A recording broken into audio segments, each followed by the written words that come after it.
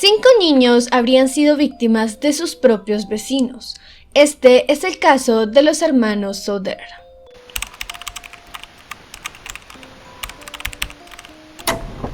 Hola a todos y bienvenidos a un nuevo video. Hoy con el caso de los hermanos Soder. Antes de comenzar con este video, no se te olvide darle al botón de suscribirte y activar la campanita, así YouTube te avisa cada que subimos un nuevo video. Sin nada más que decir, comencemos. Este caso tiene comienzo en 1895. Cuando Giorgio Sodu, un joven italiano de 13 años, emigra a Estados Unidos junto a su hermano mayor, cambiando su nombre a George Soder. Al poco tiempo de haber llegado a Estados Unidos, consigue un trabajo en los ferrocarriles de Pensilvania, llevándole agua y otros suministros a los trabajadores. Posteriormente se convirtió en un conductor permanente de un pueblo llamado Smithers, el cual quedaba en Virginia Occidental. Después de unos años, George formó su propia empresa de camiones, y en un principio transportaban tierra de relleno a lugares de construcción. Con el tiempo se convirtieron en las personas que transportaban el carbón que extraían de la región. En este pueblo también conoció a Jenny Cipriani, una joven italiana que, al igual que George, había emigrado al país, aunque la diferencia era que ella lo había hecho junto a toda su familia y siendo aún más pequeña de lo que era George. Con el paso de los años, los dos se convirtieron en pareja y posteriormente en esposos, y se establecieron a las afueras de Fayetteville, un lugar que contaba con un gran número de migrantes italianos. Esto debido a todo lo que estaba sucediendo en las guerras. Juntos vivían en una casa de 2 pisos hecha con madera, y su negocio de los camiones comenzó a prosperar cada vez más, convirtiendo a esta familia en una de las más respetadas de la clase media, aunque también llegaron a tener varios conflictos con algunos de sus vecinos por algunos pensamientos políticos que tenían. En 1923 nace quien sería su primer hijo, y en 1943 nace su última hija, teniendo un total de 10 hijos. Para aquel momento, su segundo hijo mayor, Joe, se había ido de su casa para poder servirle al ejército en la Segunda Guerra Mundial. Al año siguiente de que su hijo se fuera, Mussolini había sido depuesto y ejecutado, lo que llevó a ciertos conflictos de George con sus vecinos, quienes tenían pensamientos totalmente diferentes. Esto llevó a que la familia Soder y principalmente George recibiera algunas amenazas por parte de sus vecinos. En octubre de 1945, un vendedor de seguros había ido hasta la casa de los Soder para hacer todas las revisiones que fueran necesarias. Sin embargo, después de haber sido rechazado por George, este vendedor hace una especie de amenaza. Se convertiría en humo y sus hijos van a ser destruidos, refiriéndose a la casa. También se llegó a decir que aquella amenaza iba acompañada por el pensamiento que tenía George, ya que él era una persona que estaba en contra de Mussolini y todo lo que había hecho. Poco después de esta conversación, uno de los vecinos de George se acerca hasta la casa, y este le explica que había visto unas cajas de fusibles en la parte trasera, las cuales podrían llegar a provocar un incendio. Algo que desconcertó a George, puesto que anteriormente el servicio eléctrico había hecho todas las revisiones pertinentes, e indicaron que todo el lugar era bastante seguro.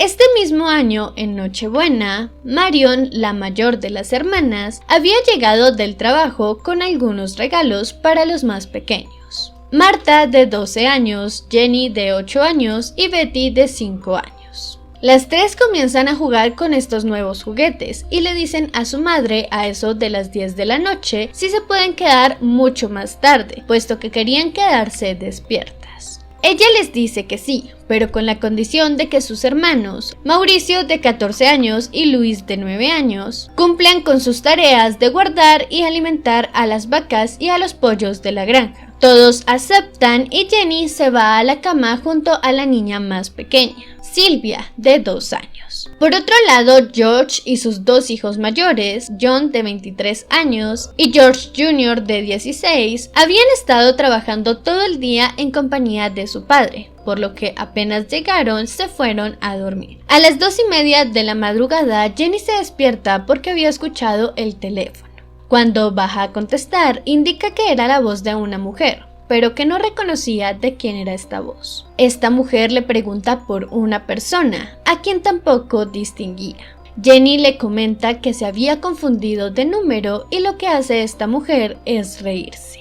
Jenny le cuelga y sube nuevamente a su habitación. Antes de subirse se habría dado cuenta que las luces estaban encendidas y las cortinas abiertas, algo que le había parecido extraño después del trato que había tenido con sus hijos. Pero después de haber visto a Marion durmiendo en el sofá, asumió que sus hijos al final no se quedaron hasta tarde y estarían durmiendo en el ático, donde eran sus habitaciones.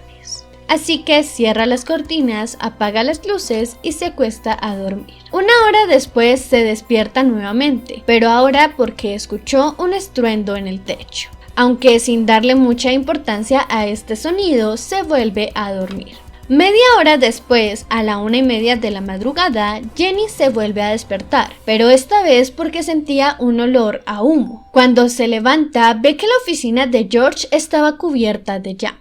Preocupada por esta situación, comienza a llamar a su esposo, quien a su vez llama a sus hijos mayores. Ambos padres y sus 4 hijos, 3 los más mayores y una, la más pequeña, comienzan a gritar para darle aviso a los niños, ya que ninguno de ellos podía subir al ático porque las escaleras de este lugar estaban totalmente quemadas. Pero a pesar de tantos gritos y tanta bulla, ninguno de los niños bajó, por lo que al final los 6 tuvieron que salir de la casa.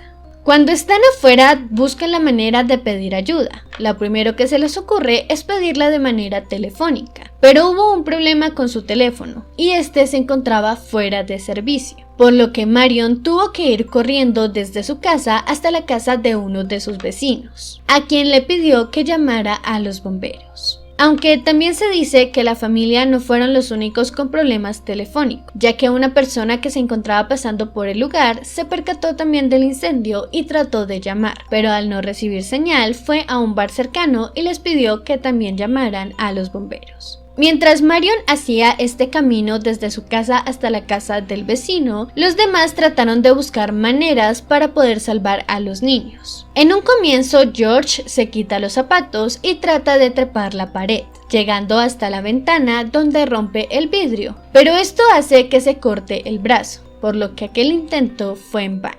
Después trataron de usar unas escaleras, las cuales siempre tenían apoyadas en la casa, pero al momento de buscar aquellas escaleras no las encontraron en ninguna parte. La última idea que se les llegó a ocurrir para poder salvarlos fue utilizar 2 camionetas de la compañía para tratar de subir hasta la ventana, pero ninguno de estos 2 vehículos arrancaba, a pesar de que anteriormente los habían utilizado con normalidad.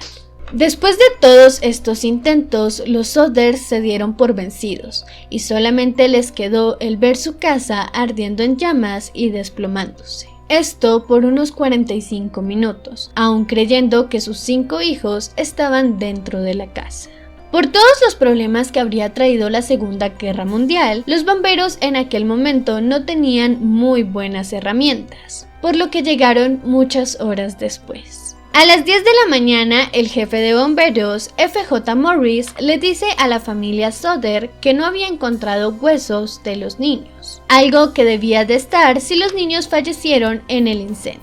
Al escuchar esta información, George va hasta la oficina de bomberos y aquí les pide que hagan una investigación más exhausta. Pero después de 4 días, los Soder se cansan de estas visitas y deciden cubrir todo el terreno con tierra para hacer un jardín en conmemoración a sus hijos. Al final, un forense local indica que el incendio habría sido un accidente por un cableado defectuoso, algo que al final determinó la corte, cerrando todo el caso como un accidente. El 30 de diciembre se emite lo que sería el certificado de defunción de los 5 niños, y el 2 de enero se realizó su velorio, pero sus padres se negaron a ir. Con el tiempo, los Soders trataron de retomar nuevamente sus vidas y tratar que este incidente quedara en el pasado. Pero poco a poco se comenzaron a hacer preguntas sobre el día del incendio. como por ejemplo que las luces navideñas seguían alumbrando en la primera etapa del incendio, algo que no debía de pasar si el problema habría sido eléctrico. Poco después de esto también encontraron la escalera que siempre había estado en la fachada de la casa, y esta estaba al fondo de un terraplén a 23 metros de distancia. Después llegó la persona quien les iba a arreglar el teléfono, y esta les dijo que el problema no había sido que el cableado se haya incendiado, sino que todo este problema había sido porque una persona cortó el cable. Cuando escucharon el rumor de que una persona había cortado los cables, los vecinos señalaron que hace unos días había un ladrón rondando por las cuadras, y que de hecho este mismo ladrón ya le había robado algunas cosas a algunos vecinos. Cuando dan con este supuesto ladrón, la policía lo interroga y este indica que sí, que él había cortado el cable del teléfono, pero que realmente él no quería cortar ese, que él quería cortar el de la electricidad. Pero en ningún momento da motivos exactos de por qué él quería cortar estos cables. Y de hecho la familia llegó a señalar que si este hombre hubiera cortado el cable eléctrico y no el del teléfono, seguramente ninguno de los miembros de la familia hubiera salido vivo de la casa. Desde aquel momento, tanto George como Jenny se comenzaron a interesar más en el caso, creyendo que no todo era como ellos pensaban y que el incendio quizás tenía un trasfondo. En algún momento Jenny comienza a investigar y a empaparse un poco más sobre el tema y encuentra una noticia en el periódico en la que decía que una casa se había incendiado en el mismo momento que sucedió el problema con los Soder. Sin embargo, en este caso sí se habían encontrado los huesos de las personas que fueron víctimas del incendio, algo que no sucedió con los Soder, por lo que ella trató de unir estas historias y de buscar respuestas. De hecho, hizo un experimento con huesos de animales, a los cuales les prendió fuego, pero al final ninguno de estos huesos quedó consumido por el fuego. Dentro de todas estas incongruencias, también llegaron a pensar de que algo les habían hecho a los camiones, puesto que les parecía muy extraño que solamente en el momento del incendio no funcionara. En 1946 comenzó a rondar una nueva teoría, en la que decía que no se había encontrado nada de los niños porque ellos continuaban vivos. Esta teoría también tenía como hipótesis de que el incendio no había sido producido por una falla eléctrica, y esto comenzó a tener más fuerza cuando empezaron a salir algunos testigos. Uno de ellos era un conductor, quien había dicho que había pasado por la carretera que está cerca a la casa, y al momento de pasar había visto el cómo unas personas botaban unas bolas de fuego hacia el techo de la casa, lo cual tendría algo de coherencia con lo que decía Jenny, quien se había despertado a la 1 de la mañana por un golpe que había escuchado en el techo. Otro testigo llegó a señalar que ella había visto a los niños dentro de un auto y que los niños estaban viendo hacia su casa, que estaba cubierta de llamas. Mientras que otra mujer señaló haberlos visto en una parada de descanso entre Fayetteville y Charleston, donde los niños habían desayunado y estaban acompañados de un auto, señalando también que este encuentro había sido al día siguiente de que sucedió el incendio. A esto también se llegó a señalar que algunos de los hijos mayores de los Soder indican haber visto un auto estacionado en la carretera principal, viendo hacia los hermanos más pequeños, quienes llegaban del colegio. Cuando salieron estos nuevos testigos, la familia opta por contratar a un investigador privado. La primera es que la persona que había llegado a su casa a amenazarlos había estado como jurado dentro del juicio en el que se dijo que el incendio era un accidente. Y lo segundo es que había un rumor que decía que Morris sí había encontrado algo el día del incendio, pero que él había decidido esconderlo. Cuando encuentran a Morris, este los lleva hasta un lugar donde desentierran una caja metálica, la cual en su interior tenía un hígado. Cuando hacen los respectivos exámenes, se dan cuenta que este hígado no tiene nada que ver con el caso de los Soder, que de hecho era el hígado de una res, quien ni siquiera había tenido contacto con el fuego. Cuando Morris se da cuenta que la familia descubrió esto, él acepta que el hígado no lo encontró en la casa y que de hecho él había hecho todo esto de esconder el hígado para que la familia pudiera cerrar este ciclo, al haber encontrado algo de sus hijos, pero que no se esperaba de que ellos llegaran a hacer análisis o estudios sobre el hígado. En 1949, George comenzó a indagar mucho más en el caso e intentó contactar en varias ocasiones con el FBI. Sin embargo, ellos lo rechazaron, hasta que en agosto de ese mismo año convenció a un patólogo de Washington, quien se llamaba Oscar Hunter. Este hombre hizo una búsqueda minuciosa en la tierra del incendio, y en ella había encontrado unos diccionarios que pertenecían a los niños y algunas monedas. Pero también encontró unos pequeños fragmentos de huesos, los cuales fueron enviados con bastante rapidez para que fueran examinados, los cuales, según el estudio, eran vértebras lumbares. Y estas eran de una persona que rondaba de entre los 16 o los 17 años al momento de fallecer, lo que ocasionó una primera incongruencia, ya que el mayor de los niños tenía 14 años. Además de esto, en el examen también se determinó que estos huesos nunca tuvieron contacto con el fuego. Y también se llegó a decir que era muy extraño encontrar estos pequeños huesos cuando en realidad eran 5 niños, por lo que se dijo que los huesos encontrados no eran de ninguno de los niños y que de hecho seguramente eran de la tierra que habían llevado para hacer el jardín. Con el mismo paso del tiempo, este caso se volvió más famoso y popular a nivel nacional, y comenzaron a recibir más ayuda para poder dar con la verdad, por lo que se comenzaron a repartir algunos folletos con las fotos de los niños, ofreciendo una cantidad de $5,000 como recompensa. Y en 1952 colocan una valla publicitaria con la misma información. Aunque el tener el ojo público también les trajo varios problemas, como por ejemplo que muchas personas se hacían pasar por los niños. George en muchas ocasiones fue hasta varias ciudades de Estados Unidos para poder comprobar si estaban hablando realmente de sus hijos, pero ninguna de estas llamadas eran realmente sobre sus hijos. Los Soder siempre explicaron que lo que ellos buscaban con todo esto era estar seguros de lo que le había sucedido a sus hijos, y que si todo habría sido por el incendio, se encontraran las pruebas pertinentes para dar por cerrado el caso. Aunque lamentablemente George Soder falleció en 1969, por lo que Jenny y sus hijos continuaron en búsqueda de la verdad.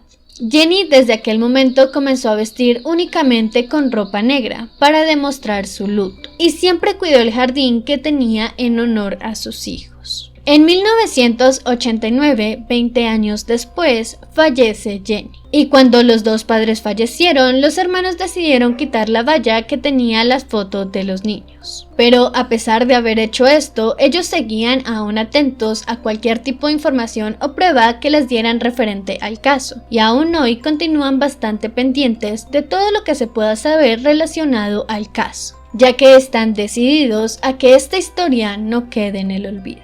Bueno chicos, esto fue todo por el video del día de hoy. Si te ha gustado, demuéstramelo con un like y suscríbete. Recuerda también que subo videos todos los viernes y que puedes dejarme en tus comentarios qué opinas de este video y si hay algún otro que te pueda llegar a gustar. Sin nada más que decir, nos vemos en el siguiente.